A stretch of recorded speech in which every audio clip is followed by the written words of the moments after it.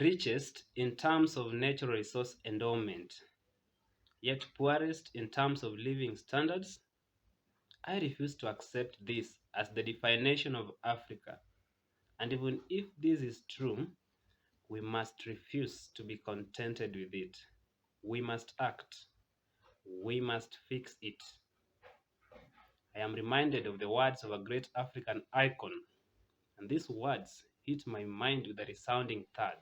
And I quote, that our country produces enough to feed us all. That alas, for lack of organization, we are forced to beg for food aid. That it's this aid that instills in our spirits the attitude of beggars. And I bet you agree with me that this statement resonates with all African countries. I mean all, including Kenya, my motherland. This is what I call scarcity amidst ocean of material prosperity.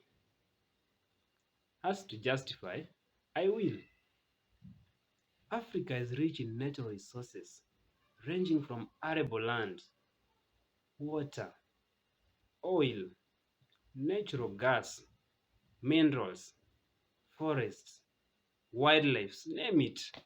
The continent holds a huge proportion of the world's natural resources, both renewables and non-renewables. Just the other day, I was reading some articles and I got amazing statistics that Africa is home to 30% of the world's mineral reserves, 8% of the world's natural gas, 12% of the world's oil reserves. The continent has 40% of the world's gold and up to 90% of its chromium and platinum.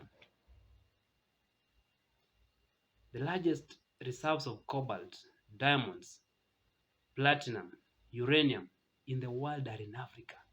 It holds 65%.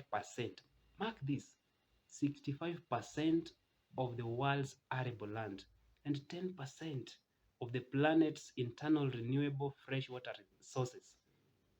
Just in case you need a reminder, we have Lake Victoria here in Kenya, the world's second largest freshwater lake.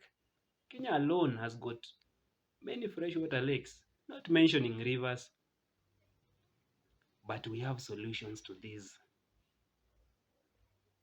Bridge the gap between society and science. Yes, we must use our science and technology to convert these raw materials into finished products. Scientific enterprises and scientific research must be directly connected to societal needs.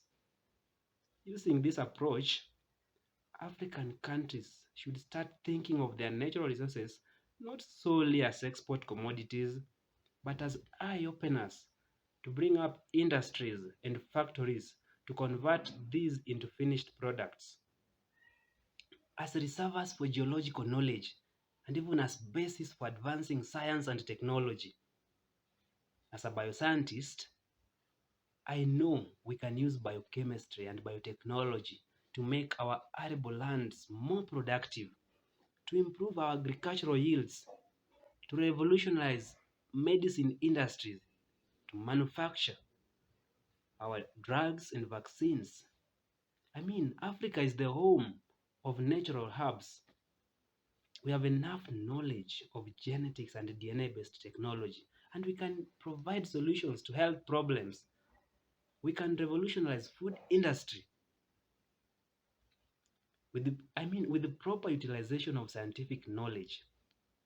No African should sleep hungry. Not one. No African should die of diseases other sections of the world long overcame. Not one. No African country should depend on imported food, drugs, vaccines, and even machinery. We should also have surplus that we can even export to other continents. We should never be contented with the dependence. We must strive towards interdependence. While doing this, we must provide a conducive environment for this growth. We must stop the unsustainable use of our natural resources. And by this I mean we, we must stop the annual billions of losses of natural capital through illicit financial flows, illegal mining, illegal logging, illegal trade in wildlife, and even unregulated fishing and environmental degradation and loss. We must stop corruption. Let us fix it together now.